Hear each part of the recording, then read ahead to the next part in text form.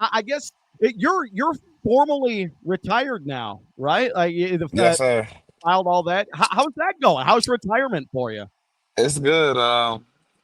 Yeah, I retired here in February, and now I bought a house in Virginia.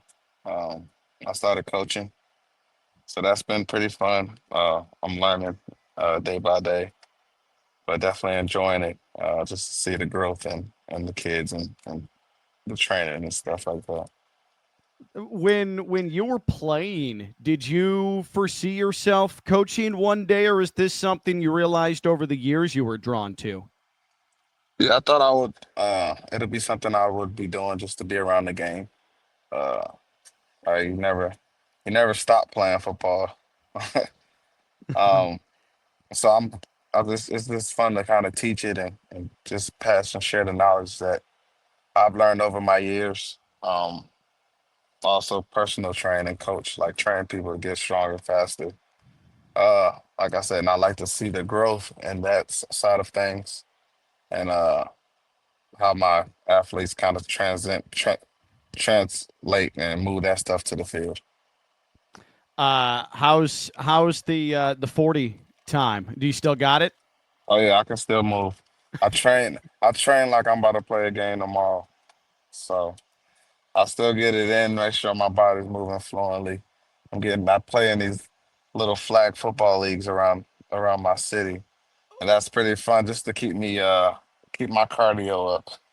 Wait, so what a total ringer thing. So you show up to these flag football fields and you got like a delivery guy, you got a plumber, and then former Dallas Cowboy, Grey Cup champion, CFL All-Star Lucky Whitehead rolls through. How's that going for you? It's fun. I to be completely honest, I don't go hard or nothing. I just try to like get some cardio, run around a little Okay. bit. It's funny when people start to talk trash or become these flag football all stars. Uh, I just kind of laugh, cause like I know like if I wanted to like turn this up, we could do that, right? Yeah, yeah. Uh, but it's just super fun to kind of just. I know it's fun for most of the guys that's out there, the guys that I'm playing flag with, like my quarterback and stuff like that. It's just fun to just kind of move around and then they see me move around. They're like, "What the hell?" Uh-huh.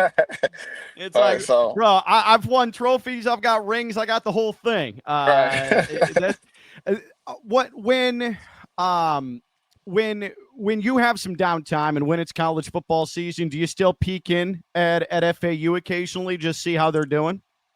I do. I get most of their feed at the bottom. Sometimes when I'm watching some of the bigger games, I would say it shows me FAU score and stuff like that. And now that I am retired and I'm not away for this, because I'm usually in Canada during the season, Hmm. and then when I get back, it's kind of ending, whatever, or it's bowl kind of season, and I'm just trying to wind down myself. But now that I'm retired, yeah, I'm try to actually get up there for a game. Awesome. Yeah, definitely let us know and we'll get you up. I'm still in the same perch that I was when you were playing, calling your Yes, games and yeah. doing all that. So nothing's changed from that perspective. I will say with this new head coach Zach Kitley and that air raid offense he's bringing in, you'd have a 1500, 16, 1700 yard receiving year. I Oh promise man, you. yeah. If I you wish I seen when I started seeing that stuff happen. I'm like, wow, if I could have just been a little younger, Jesus. Yep. Well, speaking of that, let me ask you in the NIL era, and I know that your first year you were still trying to find yourself, and they moved you all over the place at FAU, and then 2014 you really came into your own. Lucky Whitehead, um, 4 year FBS player, hypothetically, how much with that speed and with your developing hands do you think you could have made in NIL money? Like, let's say, best case scenario, Lucky Whitehead going into his senior year. What are we thinking? Like 700, $800,000 NIL deal for Lucky Whitehead? Easily, easily. Oh my God. 'Cause I mean, I still have the same personality. Still very outgoing. Um, Yep. a lot of energy, right? So it, it's so crazy to kind of see what's going on now with the NIL and college athletes getting paid now. And I do think they deserve it. I just wish we would have got it then. Yeah, I'm with you. I'm completely with you. Uh, I wanted to ask you too from a continuity standpoint, because you see the transfer portal and at FAU now, basically no matter who the coach is, they're churning 70-80% of the roster every year. How Yeah. much did you benefit though from, yes, there was a coaching change between your first and your second year, but you still had the offensive coordinator, Brian Wright. How much did it benefit you, at least knowing what system you were going to be running going into your second year at FAU, and helped you put those numbers up? Yeah, it definitely helped me just to kind of slow the game down and really understand the offense, um, what we were trying to do, and obviously with Quez being the quarterback, just building that chemistry over time um, definitely helped. Like I said, just slow the game down for myself in the process of everything because I know these playbooks they're getting harder and harder. Uh, One because you got a lot of no huddles, Yeah. so you got to be able to play fast, and you can't play fast if you don't know anything, right? If you're constantly asking someone, and then he tells you you have this, and then in the back of your mind you think you have something else. Now I mean, you're just not playing fast, and it definitely hurts your game. Um, So it definitely helped myself and my development going into my senior year. They had you lining up in the slot your senior year, and up until 2 years ago, you still had the program record for most receptions in a season. I mean, Quez loved to pick you out, and you made the most of it. 76 catches, just for you and your development. When did you start to get that feeling, that confidence that, yeah, I know they've moved me all over the place. I appreciate being versatile, but yeah, I can also play full-time receiver. These hands are good. I've put the work in. When did you finally get to a point where you said, see, I told you I was a full-time receiver and I could be on the field in this role? Yeah, probably that summer. That summertime, I was grinding really hard. Uh, and at the time, I wasn't even grinding with like another receiver. I was grinding with Dijon Smith. Yeah. All right, so we were waking up super early, even before our like like our strength training. Like we would wake up, we would go powder stadium, we were pushing this little Toyota Corolla, put it in neutral and let's get to work. Uh, and we always just he was a great guy to compete with because we always thought he was the fastest guy. So we were always just constant competition, and just to see him on the other side, being on defense, right? He was just kind of helping me on the offensive side, just saying, "This is what I see. This is why I broke on that. This is why I did this." Uh, so it was helping me learn and understand my game, and then just my receiver coach, Coach Sims. Yeah. We still speak to this day. We're in a group chat with a whole bunch of FAU alum. Uh, so we used to have to catch 1,000 tennis balls a day. Not even footballs, just tennis balls. And if you didn't mark your numbers down and stuff like that on the board, he was like, "Oh, you're not getting better. Like you, pretty much you suck, right? Why are you here? Yeah. What are you doing?" He What's was the a point? very Yeah. He was a very honest guy. Um, and I just knew I didn't play that much my junior year because I was bouncing all around and they was trying to find a spot for me. I also had Dan McKinney there. Yeah. So I was just trying to find a spot, right? I was a junior coming from JUCO, and I didn't play much spring ball because I broke my collarbone. So going into my senior year, I'm like, listen, it's all or nothing for me right now, right? So I gotta get better in this summertime, and I gotta produce during the season. And I mean, God willing, that's what I did, and you know the rest. Um, what is there a play that you're most proud of in your FAU career? One that you still think about and say, "Yeah, that was a highlight of my time in Hold on, college." say that again. I lost Oh, you for a sorry. second. No, you're good. Is there a play, a moment from your FAU career where you still think back and you say, "Yeah, that was my shining moment at Florida Atlantic"? I'll probably say that Western Kentucky game. Uh, um, I was in the hospital before that game. I had most of college players would get IVs right before the games just to kind of Yeah. hydrate a little more. So I got some. I did an IV, and for whatever reason, I just felt super dizzy after my IV. I started throwing up really bad. Jensen Stoshak was my roommate, and I'm throwing up in the room. And I'm constantly throwing up, and they take me to the hospital. Um, Dr. Strong was one of our doctors, Yeah. and they did all these EKGs and they did all this stuff to make sure I was okay. And my mom was actually flying into that game, so she was like, "So what are you going like? You gonna play or like what are you doing? How you feeling?" And I was like, "Well, I feel okay. Like I just was getting some more fluids back in me again." And like probably like 2 3 hours before the game, like I was all cleared to go back, and I played in the game and ended up. I would think I had 125, two Yeah. touchdowns. Like the game was insane, and yeah, I completely bought out that game. Kind of remind me of Jordan in this flu game. The Lucky Whitehead flu game, absolutely, and so Lucky had that 61-yard go-ahead touchdown catch with a minute 23 left to go. Where, no offense to Quez, but you did the most of the work there. I mean, Yeah, all you did was you caught an inside route like 7 yards in the air, and then you took it the rest of the way there, got yeah, the edge, sir. and got down the sideline. Quez will take the yards, I know that. For So sure. and then Trey Hendrickson ended the game absolutely destroying Dowdy. But when you look back at that 2014 team, and yeah, you would have liked to have more wins, but you already mentioned Dijon. You mentioned McKinney. Trey Hendrickson. There was a lot of eventual, even if it's cup of coffee, NFL talent on Yeah, that roster. Like that's insane to me that so many of you guys ended up playing in the league for a certain amount of time. yeah. So Cravon LeBlanc.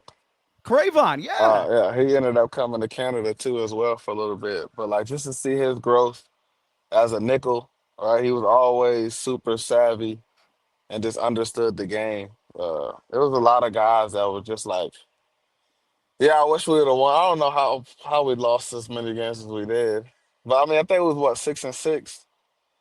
Yeah, your My first year se- was 6-6. Yeah. okay, yeah, my first year was 6-6, but it was. I mean, it was super fun, and just to kind of see where FAU is at now, as far as the Yeah. facilities, the treatment that they're getting, kind of now.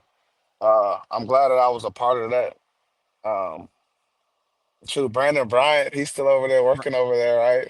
Yep. Yep. He's still Uh, there. He's still there. And yeah, I tell you, he looks like he could still play. that's always, man. He always had those anchor arms, man.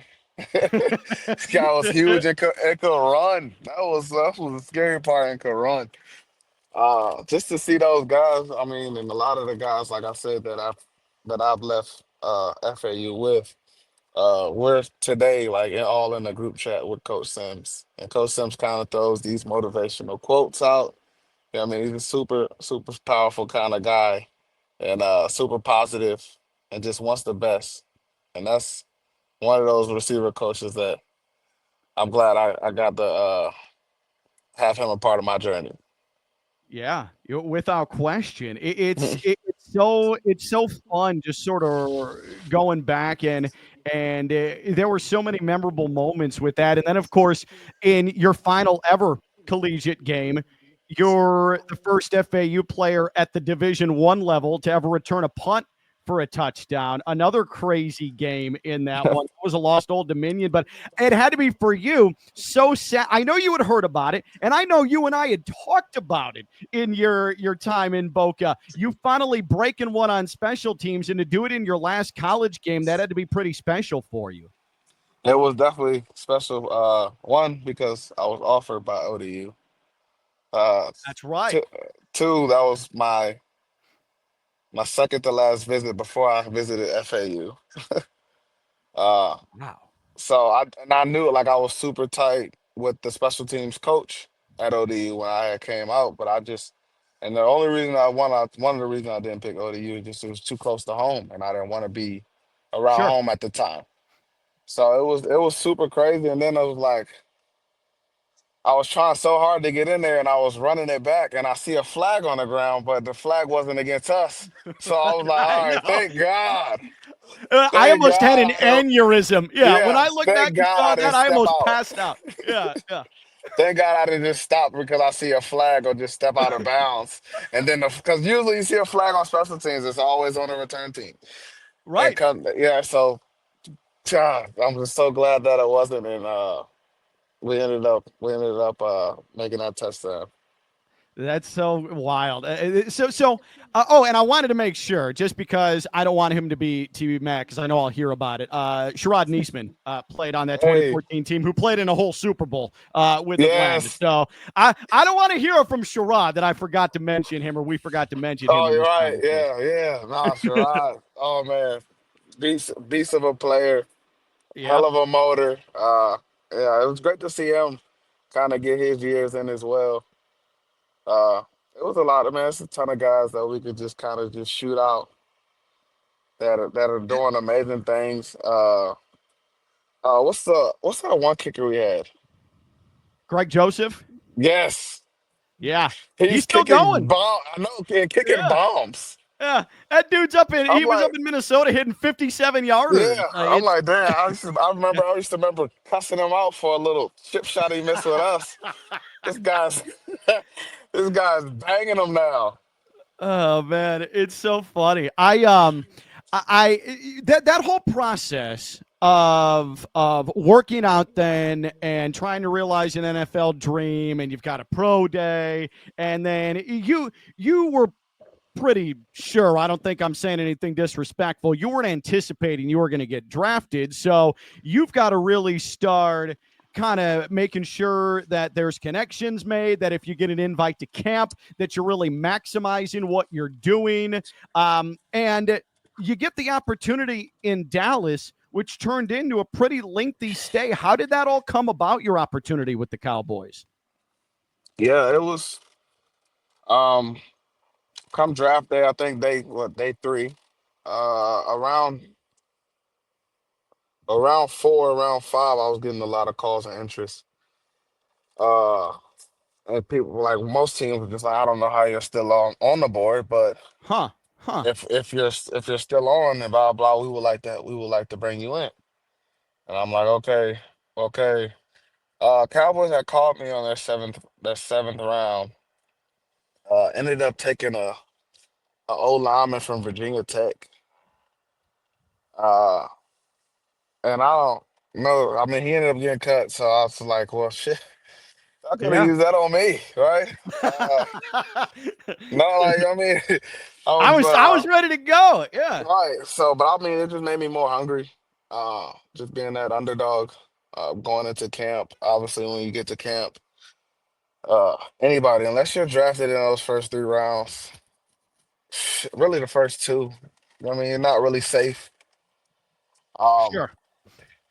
going into camp, I remember I mean, they already had a solidified four receivers, but before that, it was just like I was basing my options off of where I was going to go, off of my best opportunity, and I knew my best opportunity was special teams, and I know I could play receiver if they need me there, but I know I could return for sure. And I remember Washington at the time, Commanders now had called San Francisco and the Cowboys, and I was talking to like some scouts, and I was just like, okay, this is all cool, but shit, Jerry Jones called me. I'm like, well, This is yeah, Jerry Jones. Right. they must want me here, right? Yeah, So, yeah. me and Jerry talked, but I mean, I got in the door, and obviously all that's out the door. You got to put in the work, and that's kind of what I did. Talking to the receiver coach at the time was Derek Dooley. Was like, listen, we got four receivers that's on the team. We got a spot for one guy. And we had already brought in five guys, and at the time they brought in George Farmer as well, who was a USC Hmm. guy. I'm like, well, shit, he's from USC, and they gave him a little more money than me. They must like him a little more than me. Yeah. So I gotta do a little more work than him, kind of deal. And I mean, he still was on the team. Was on P squad. Uh, but I ended up making the fifth roster spot for the receiver. But I was ended up being a returner. But going into training camp, like I knew what the goddamn tight end had. Like I Yeah. knew I wasn't playing tight end, but like I knew what every receiver Yep. had in the tight end just because I need to be on this field some way, somehow. I gotta make this roster. So I would learn everything outside of my spot. Like I would know my spot to a T, but I knew everyone else's spot around me. And that's what ended up happening in training camp. All the rookie receivers were going down and they needed a body. Shit, I'm going in. I go in. Yeah. I go Hell yeah. in. Hell yeah. And I just constantly would go in. The next thing you know, I was first team reps with Tony Romo, Dez Bryant. And that's just because like some of the vets will take vet days. And we need a guy. And the guy was me because I knew everything. Yeah. And it just helped. It just helped me. And that's kind of what I try to tell my kids now. The more you know, right? It can only Yep. help. The more you know, Yep. it can only help. So I feel like that goes back to what you were saying about working with Deja, like working with him and him saying, hey, this is how I'm defending this cut. This is right. where I know this move is coming. You're learning more about yourself and about him and about how you're defended just by working with him. And then when it comes to the whole Cowboys offense there, you know who's supposed to be where, doing what, and you become super versatile. And then you become a fan favorite. And like you were saying, you've always had the personality, but it's your whole aesthetic. It's the red hair coming out of the helmet. It's the fact that you run Olympic track speed. You're absolutely electric. When all of a sudden, not only are you on the Cowboys, you're contributing as a Cowboy, but you're starting to become a household name to the fan base. What is that like for somebody? Yeah, it's crazy. I just like when I was growing up, I never had like someone as far as football, like, oh, I want to do that. I want to be like that. That's Yeah. you know what I mean. That's a great role model kind of deal. Uh, so I wanted to be that when I got to that kind of level, right? I wanted to. We're football players, but like we're all human, but we're entertainers. People are sitting in there in those seats for us to entertain them. That's Yep. just what it is. They want to see Yep. somebody get hit hard, right? That's a mom in the stands. She want to see her son score a touchdown. It's a wife. I mean, it's somebody in the stands, It's whatever, theater. Yeah, right? it's live And theater. I want entertainment. So not only am I going to do that with my play, if we can have some type of engagement, I'm gonna try to give that, right?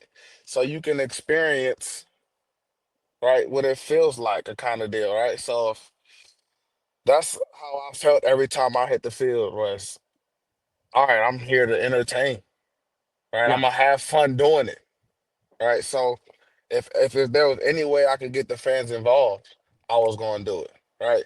And that just helped in the long run because we don't know who that fan is, right?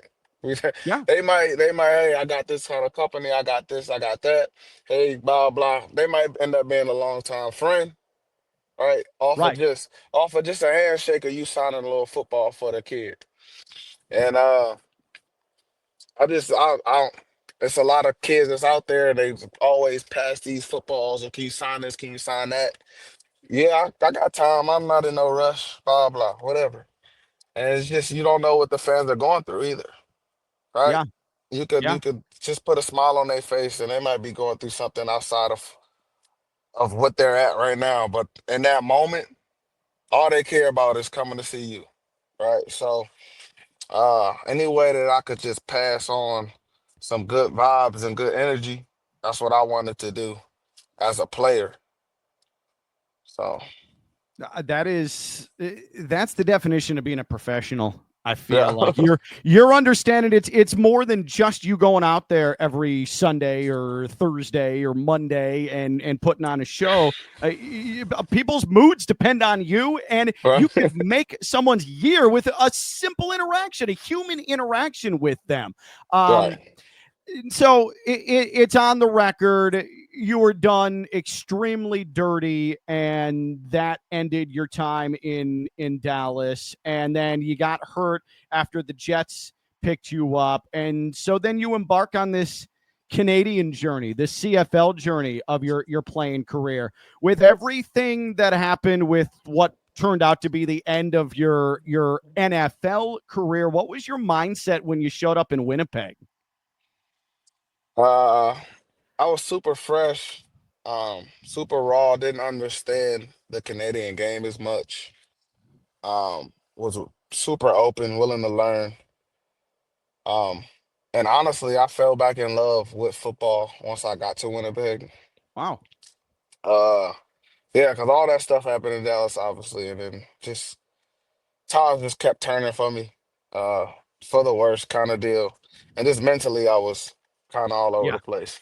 Were you sort of Uh, ready for a change, sort of a reset button a little bit? Did CFL come at a good time? Came at a perfect time. I ended up opening up a gym in 2019, did a 1 year lease, and it was just more so, uh, I gotta find something to do, right? And like I said, I kept getting hurt, and it was all a shock and just trying to figure out why my body's kind of shutting down right now. And so mentally, I was coping with other things just to kind of fulfill my needs. Yeah. And yeah, I got a call to go up to Winnipeg.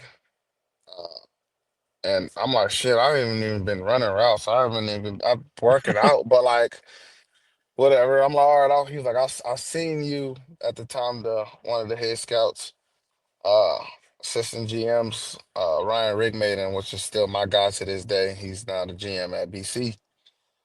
He was like, listen, I've seen you at training camp when you was with the Jets. You're exactly what we want. I'm like, all right, well, he already knew what I look like. So I get to the camp with him and I'm like, oh, I thought he wanted to see me run. Why am I running all these damn slants? Like, Yeah. what's up? Right? Yeah. And it was just a learning curve. And once I learned and understood the game after a few a- actual games, it was it was like, wow, all right, I'm kind of getting it. Because my second preseason game, uh, I think I had three catches for 115 yards and a touchdown. I think I took it like 87 yards Yeah. off out the backfield. That place called Gin Shake Choice, best playing ball. You can run a in route, out route, or sit down if it's zone. So at the time, like I was enjoying it, and they were like the coaches, the fans, everyone was kind of letting me be myself, Yeah. just openly be myself, and I was bringing nothing but energy. Next thing you know, my jerseys were selling out. I was a household name all over again. The fans loved me. I was a fan favorite all over again, right? And I was like, okay, this is what it's supposed to be. This is what it's supposed to be like, right? So I fell back in love with football, and I was enjoying the game. It was actually a game, but I was enjoying it. So I just started having more fun over the years, more fun, and the next thing you know, I was in a receiver role, and I couldn't. They was like, "We don't want you returning the ball anymore because we don't want you to get hurt." So I'm Yeah. like, well, this is what I'm talking about. Hell, take Yeah. care of me. This is Take the real care of me. stuff, right? All Yeah. right, this Lucky is Whitehead professional. gets to experience veteran treatment. Let's Right. go. Yeah. You had, and I don't think FAU fans fully understand how much success you actually had in the CFL. And you alluded to it. You were a certifiable star in the CFL. Your jerseys are everywhere. In Winnipeg, people loved you. In BC, people loved you, but you win. You were injured for the playoffs, but you win a Grey Cup in your first year in Winnipeg. And then you go off to BC and you have the best season of your career. You're a CFL All-Star there at BC. And then you're able to come back to Winnipeg and play in a Grey Cup championship Yeah. game. I mean, Lucky, there are, and I hope that you've been able to fully consume this and rationalize this. There are thousands of football players that would kill to have that sort of success that you had in that 3-4 year span in Canada. Absolutely. Yeah, I was super blessed, especially when Winnipeg won their first one in 2019 because they haven't won it in like I think it was like seven, like 20 something plus years, whatever, Right. 19 years, whatever. And like we went, I went at least super hard during the parade. I was engaging with every fan that I could. Yeah. Like it was no tomorrow. But I'm like, damn, this is my first year. We win the Great Cup. It's people that's in that league for 17 years that haven't won a Grey Cup, right? Yeah. 10 years, right? That they never been there. And it's Right. only 9 teams, right? So like you would think I got a good opportunity, a good chance to Yeah. go to a Grey Cup. But like it's people that don't get to experience it. And I got to experience it. I won one, I've lost one, but I experienced both sides of it. And I've had a ton of success there. Both Winnipeg and BC. And like I was but the highest paid as a receiver, not a returner. Yeah. So you were getting paid like a receiver Yeah, in the CFL. my I think it was my second season in BC. When like Ryan Rigmaid brought me to Winnipeg, he left and went to BC, brought me to BC. My first year in BC, he was like, I can't pay you what you want, but if you do what I know you can do, I'm gonna take care of you next season. Cool. Ended up doing exactly that. Uh, it was a year after COVID year, so we only had 14 games. Yeah. Uh, but I mean, I balled out, and then I ended up breaking my hand. But before I broke my hand, like my numbers were ridiculous. Like Yeah. they were absolutely ridiculous. Um, but I only missed 3 games. I ended up coming back. I had to overly be cautious about it, but I had a huge glove on. But I still like balled out. I finished I think number 3 in receiving yards. Yeah, Uh, you got injured at number 2.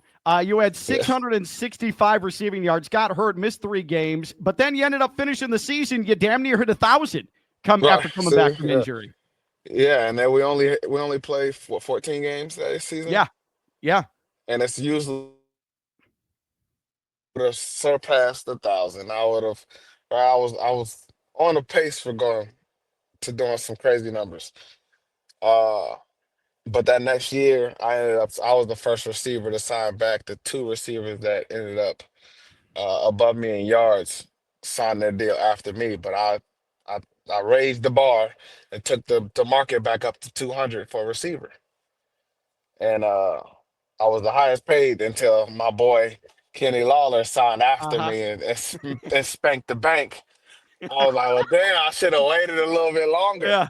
He's saying thanks, Uh, Lucky. Appreciate right. that. Yeah, absolutely. And so it was just like crazy to think like, oh, I'm the same guy that they call a gadget guy. I'm the same guy that they say he only could be a returner, blah blah blah, whatever. So like just to showing them I'm a 5'9" receiver, but I promise you, like if it's 1-on-1, I'm running by you.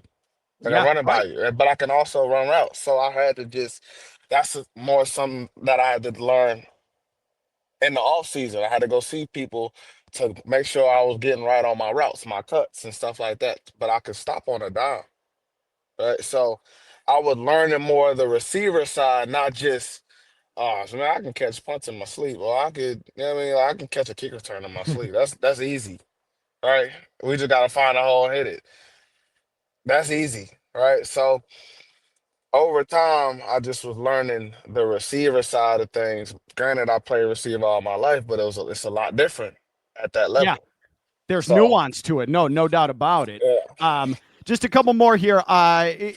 Growing up, being raised in Virginia, then playing college ball in South Florida, then going to Texas, a cup of coffee in New York. You go to Winnipeg. Like all of those, at least geographically, like it's flat. Some are warmer than others, but they're all a bit interchangeable. And then you go to Vancouver when you're playing with BC, and you've got mountains, and you got water, and you've got Ah, rain all the time in the Pacific Northwest. What was that life transition like for you to go listen, west for a little bit?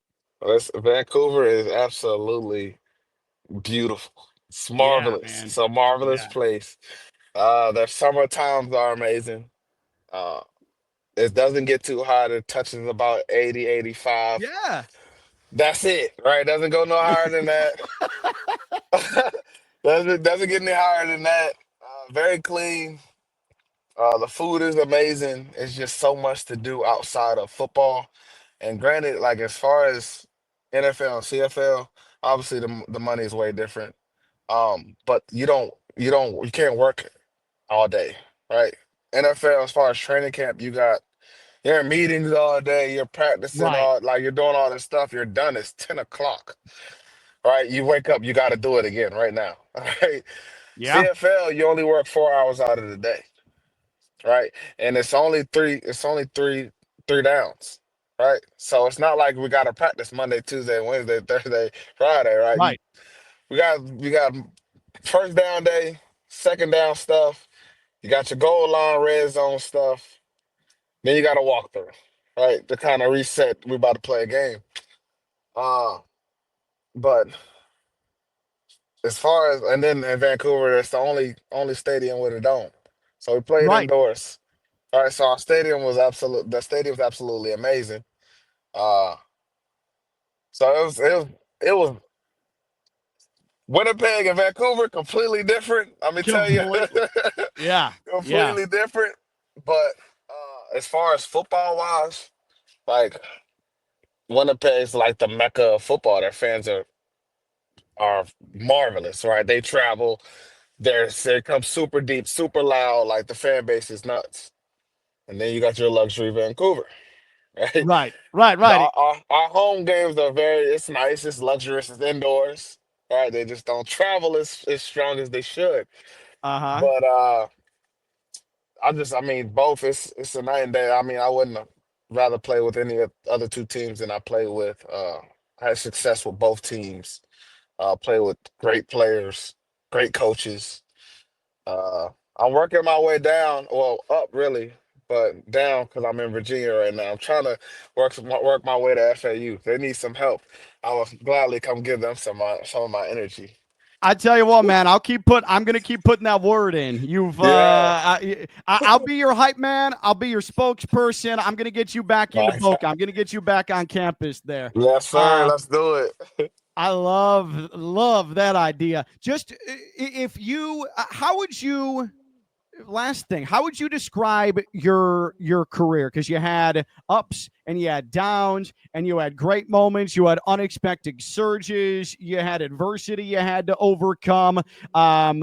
You were not drafted, so you had to get into the NFL as an undrafted free agent. You regained a love of football in the Canadian Football League, which I think young players would sit there and say, "Oh, NFL is the goal. I could never play in Canada," and you embraced it and you made the most of it.